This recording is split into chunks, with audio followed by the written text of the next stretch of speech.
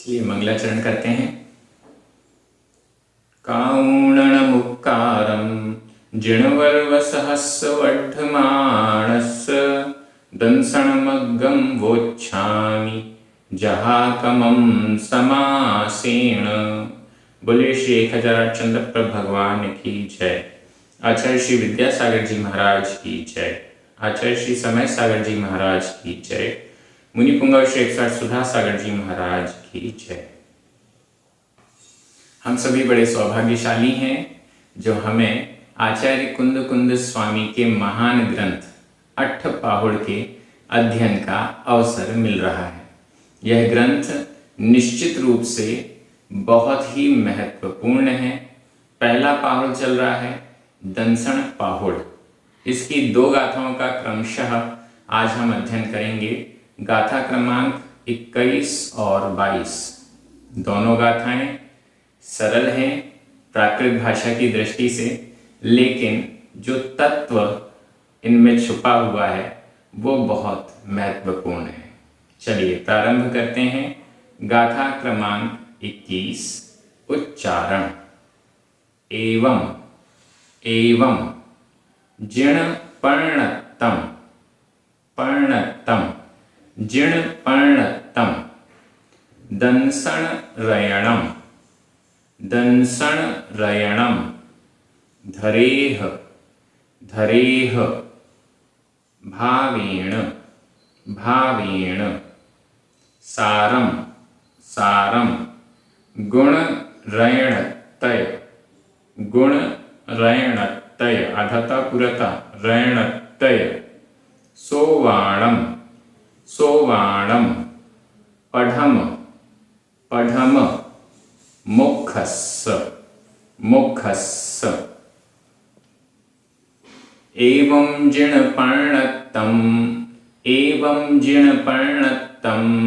दंसण रयणम धरेह भावेण दंसण रयणम धरेह भावेण सारं गुण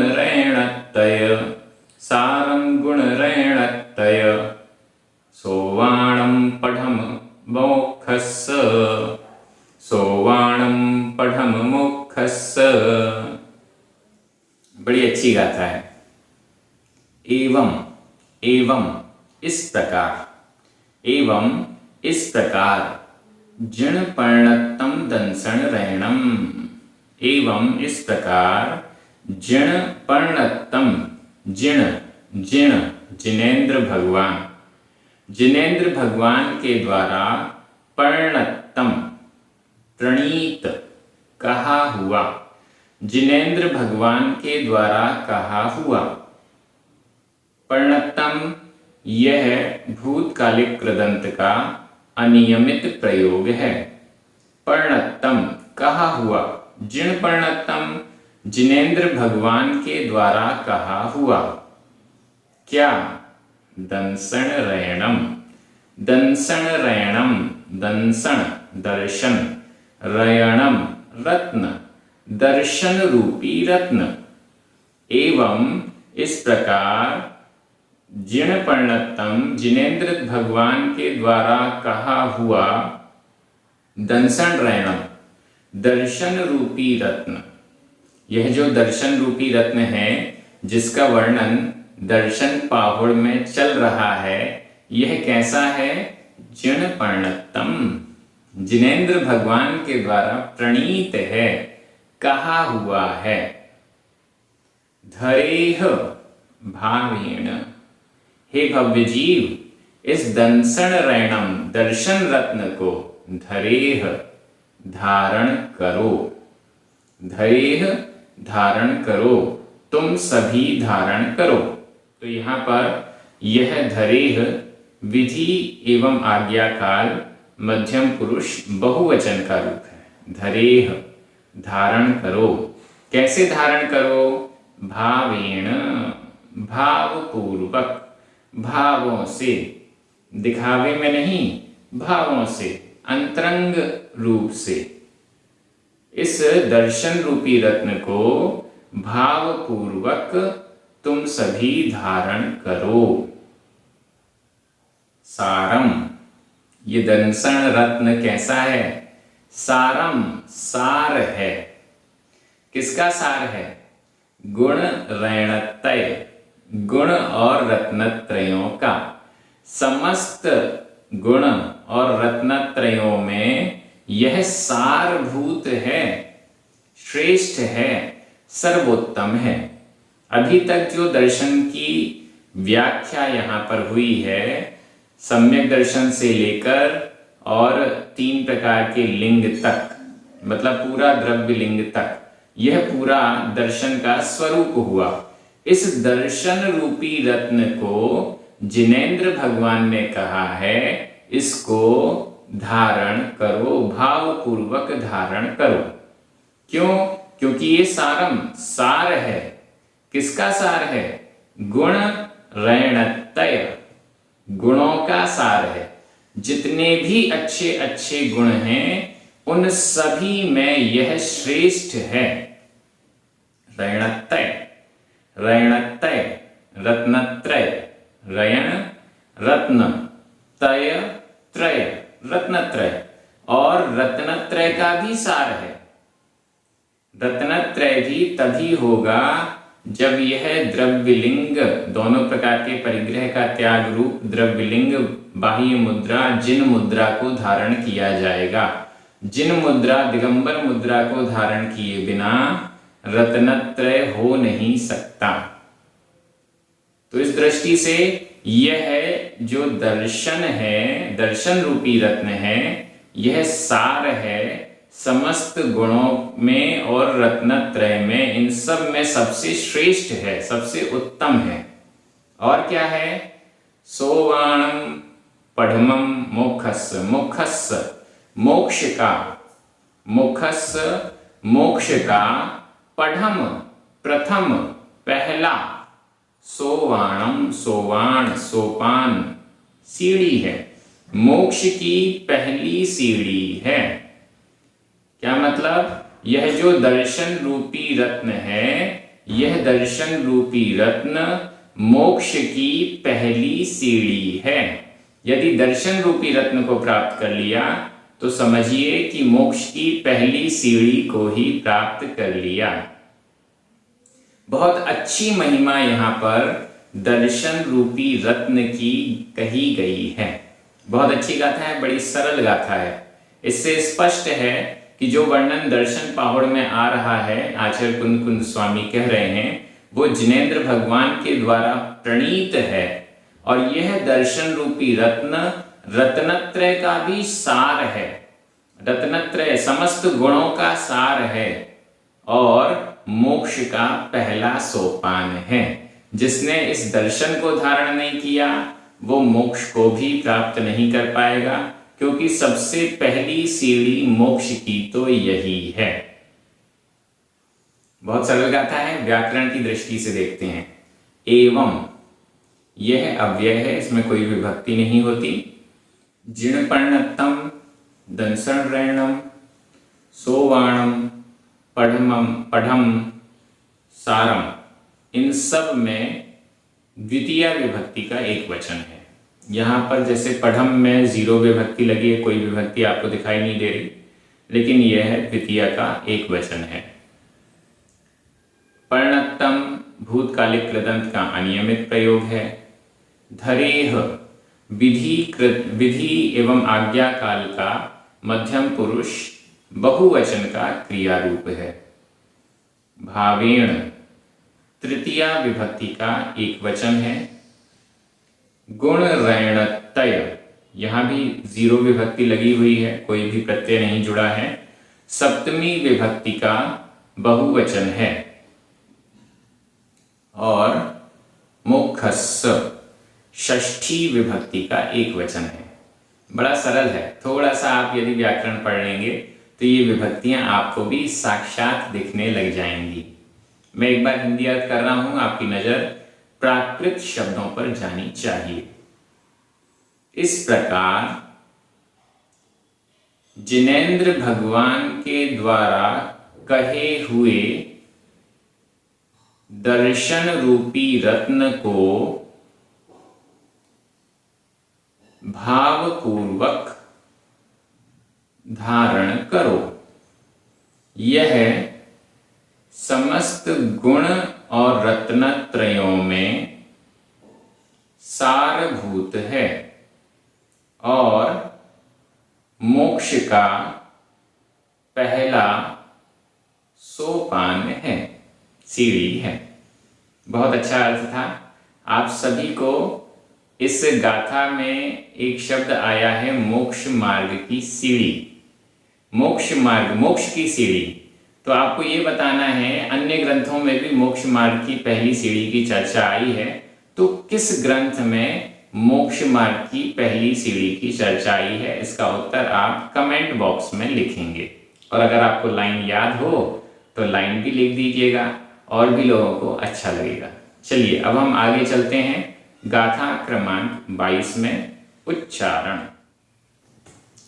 जम, जम, सक्कई, आधा का पूरा का, सक्कई।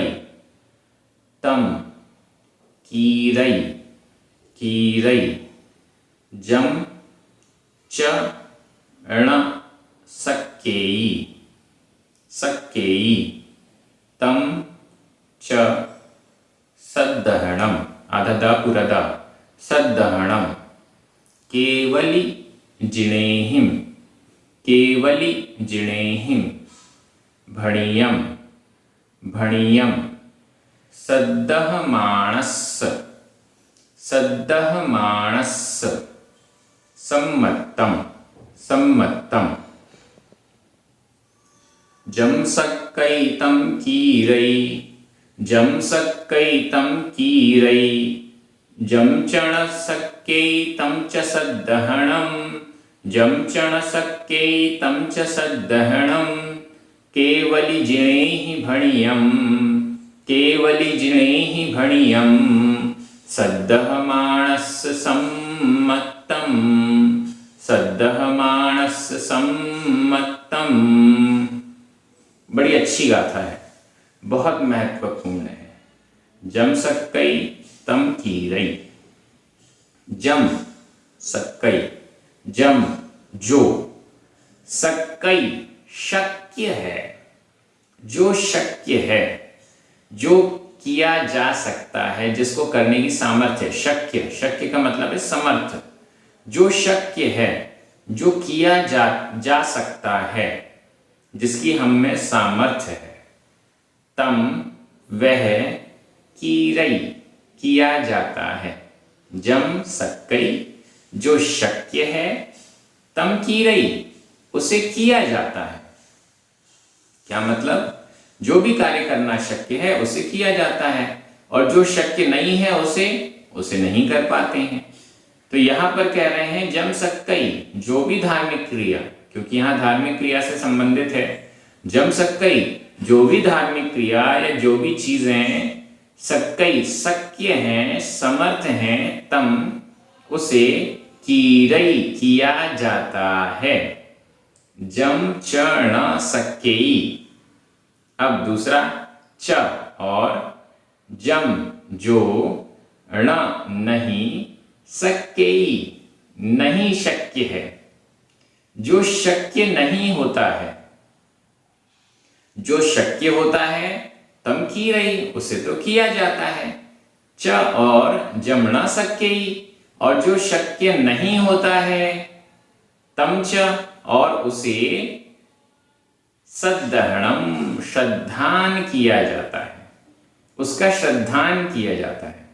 जो शक्य है उसको तो किया जाता है, और जो शक्य नहीं है उसका श्रद्धान किया जाता है। ये बहुत बड़ा मंत्र है। जो चीजें शक्य हैं, हमारे द्वारा हम कर सकते हैं, हम में सामर्थ्य है, वह तो हम करते हैं, हमें करना चाहिए। लेकिन कुछ ऐसी चीजें हैं जो वर्तमान में हमारे लिए शक्य नहीं है, तो क्या करें? तम च सद्दहणम, उसके प्रति हमारा श्रद्धान होना चाहिए, उसके प्रति हमारी श्रद्धा होनी चाहिए, उसको हम विश्वास करें, उसको हम स्वीकार करें कि हाँ ऐसा है। क्यों होना चाहिए उस पर श्रद्धान? केवली जिणेहि भणियम। केवली जिणेहि, केवली जिनों के द्वारा, केवली भगवानों के द्वारा, सर्वज्ञ जिनेंद्र भगवानों के द्वारा भणियम कहा हुआ है। जो भी मार्ग केवली जिनेंद्र भगवानों के द्वारा कहा हुआ है उसमें जितना शक्य है उसको तो हमें करना चाहिए, और जो शक्य नहीं है उसका श्रद्धान करना चाहिए। स्वर्ग होते हैं या नहीं, नरक होते हैं या नहीं, हमें तो दिखाई नहीं दे रहे, हमें तो नहीं दिखाई दे रहे। हम कितना भी वैज्ञानिक कितना भी प्रयास कर लें, कितना भी ऊपर चले जाएं, कितना भी नीचे चले जाएं, स्वर्ग और नरक का जैसा वर्णन जिनेंद्र भगवान ने किया है वैसा तो नहीं दिखने में आ रहा है। क्या करें? सद्धहणम, श्रद्धान करना चाहिए, क्योंकि शक्य नहीं है हम इतनी ऊपर चले जाएं, वैज्ञानिक लोग इतनी ऊपर चले जाएं कि स्वर्ग आ जाए, नहीं, ये शक्य नहीं है। वैज्ञानिक लोग पृथ्वी में खोद खोद कर इतना नीचे चले जाएं कि नरक आ जाए, नहीं, यह शक्य नहीं है। इस पर तो श्रद्धान करना चाहिए। और भी चीजें, धार्मिक क्रियाएं जो जिनेंद्र भगवान ने बताई, अब हमारे अंदर सामर्थ्य नहीं है, जितनी सामर्थ्य है उतना हम करेंगे। 22 परिशह बताए गए, मुनियों की दृष्टि से भी 22 परिशह बताए गए। अब जितनी सामर्थ्य है मुनि महाराज उतने परिशहों को सहन करते हैं, और जब सामर्थ्य से बाहर हो जाती है तो श्रद्धान करते हैं। तो यह हमें समझना चाहिए। हमारी धार्मिक क्रियाएं बहुत सारी ऐसी होती हैं जो हम कहते हैं कि हम नहीं कर पा रहे, हम नहीं कर पा रहे। जितना शक्य है उतना करना चाहिए, शक्ति से बाहर भी नहीं करना चाहिए। 16 कारण भावनाओं में 2 भावना ऐसी आई हैं जिनके नाम के साथ शक्तितस जुड़ा हुआ है, शक्ति के अनुसार। क्या क्या है वो? शक्ति के अनुसार तप और शक्ति के अनुसार त्याग। तपस्या भी और त्याग भी, त्याग यानी दान, शक्ति के अनुसार करना चाहिए। इतना ज्यादा तपस्या नहीं कर लेनी चाहिए जो हम शक्ति से बाहर निकल जाए। इतने ज्यादा उपवास नहीं कर लेने चाहिए कि प्राण ही निकल जाएं। इतने ज्यादा तप नहीं कर लेना चाहिए, इतना परिशय सहन नहीं कर लेना चाहिए कि मृत्यु हो जाए, कोई बड़ी बीमारी हो जाए। इन सब बातों का ध्यान रखना चाहिए शक्ति के अनुसार। ऐसे ही हमें हर कार्य शक्ति के अनुसार, सामर्थ्य के अनुसार करना चाहिए। उससे ज्यादा नहीं करना चाहिए, उससे कम भी नहीं करना चाहिए। हम लोग तो कैसे हैं, शक्ति तो बहुत है लेकिन करते कुछ भी नहीं है। ऐसा भी नहीं, हमें सामर्थ्य है, हम स्वाध्याय कर सकते हैं, हम अष्टपाहुड़ ग्रंथ अध्ययन कर सकते हैं, सामर्थ्य है, YouTube ने यह सामर्थ्य प्रदान कर दी, लेकिन हम फिर भी ना करें तो ये गलत बात है। यहां लिखा हुआ है जम सक्कई तम कीरई, जो शक्य होता है तम कीरई वह किया जाता है। जम चढ़ा सक्कई, और जो च और जम जो ण नहीं, और जो शक्य नहीं होता है तम च सद्धहणम, तम उसका श्रद्धान किया जाता है, वह श्रद्धान किया जाता है, उसको श्रद्धा में लाया जाता है। ऐसा केवली जिणे ही परिणतम, मैं नहीं कह रहा हूं, केवली जिणे ही, केवली जिनेंद्र भगवानों के द्वारा परिणत, भणियम, भणियम कहा हुआ है। यह केवली भगवानों के द्वारा कहा हुआ है। भणियम यह भूतकालिक कृदंत का प्रयोग है, नियमित प्रयोग है। भूतकालिक कृदंत के नियमित प्रयोग में अ, य, त और द ये 4 प्रत्यय होते हैं। यहां पर य प्रत्यय का प्रयोग है। भणियम कहा हुआ, और क्या कहा है? सद्दह मानस सम्मतम। केवली जिनेन्द्र भगवान ने कहा है सद्दह मानस, श्रद्धा मान के, आस्थावान के, श्रद्धावान के, श्रद्धा करते हुए व्यक्ति के सम्मतम सम्यक्त्व होता है। जो श्रद्धा कर रहा है उसके सम्यक्त्व होता है, जो श्रद्धा कर रहा है उसके सम्यक्त्व होता है। कितनी अच्छी बात है। सद्दह मानस, यहां पर मान प्रत्यय लगा हुआ है, यह वर्तमान कृदंत का प्रयोग है। सद्दह मानस, श्रद्धान करते हुए व्यक्ति का सम्मतम सम्यक्त्व होता है, सम्यक दर्शन होता है। श्रद्धान की क्रिया चलती रहनी चाहिए।